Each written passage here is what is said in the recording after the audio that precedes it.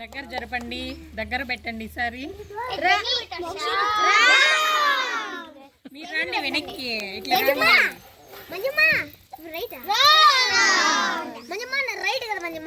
నువ్వు రాంగ్, ఎవరు కరెక్ట్ చేయలే. ఇంకా ఉండు, వాడు దగ్గర పెట్టండి.